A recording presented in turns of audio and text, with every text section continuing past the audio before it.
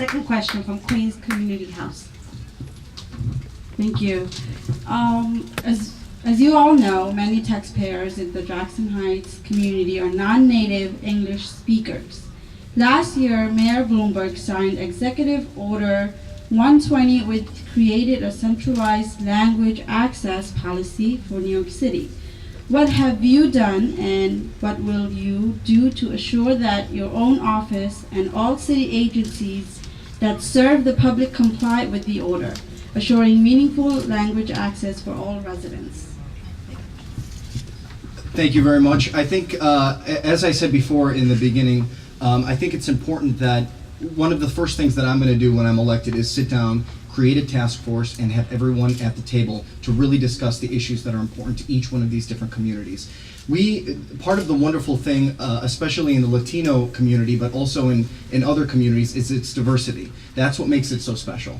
But I think it's that each one of those individual communities has different priorities, they have different aspects of them that makes them special, and it's extremely important that we all sit down and figure out where we're going to go going forward. I agree with the mayor's proposal on that. I think it was fantastic. I think we need to make sure that every single person in the community understands the services that they are provided to them, and that they're able to get access to those to each one of those services. I think that's extremely important, and I support that issue. Well, what we do in the city council is that we have oversight hearings all the time to make sure that pharmacists and all of the other businesses have access for their clients and their customers to have that translation. It works in the city of New York. Can we do more and expand that? Yes, we can. And it takes money to do that.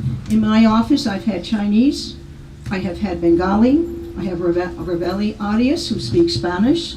So we managed to do fairly well with the staff that we have and in communicating. It is most important. I lived in Europe and I couldn't speak the language. And I know what it means, particularly in healthcare, that you understand what is happening if you've got to take medicine. You want to know what it is, what it's going to do for you. So I have complete empathy for that. Healthcare is essential for people to have the translations, to understand exactly what it is that that doctor is telling you, what it is for you to take that medicine. So we managed to do this, we can improve it, and we can expand it. And that's what I hope to do in the next session. Thank you. Yo creo que es muy importante que nosotros tenemos mucha gente en nuestras oficinas que pueden hablar cada idioma de la comunidad. A veces es difícil para mí hablar español también, so estoy muy familiar con la experiencia de cuando usted va a una oficina y no habla el idioma, es muy difícil para coger los servicios que usted necesita.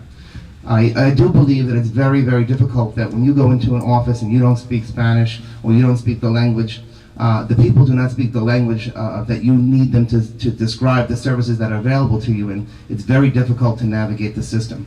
And so I am very, very committed, and I know the experience firsthand of what it's like to have to acquire a second language or have to speak a second language, because I try to speak Spanish as best as I can, and I'm very familiar with that process.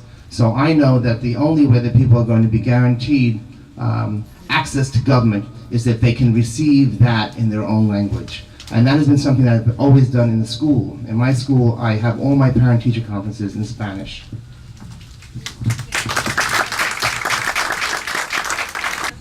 So I agree with that legislation under Bloomberg.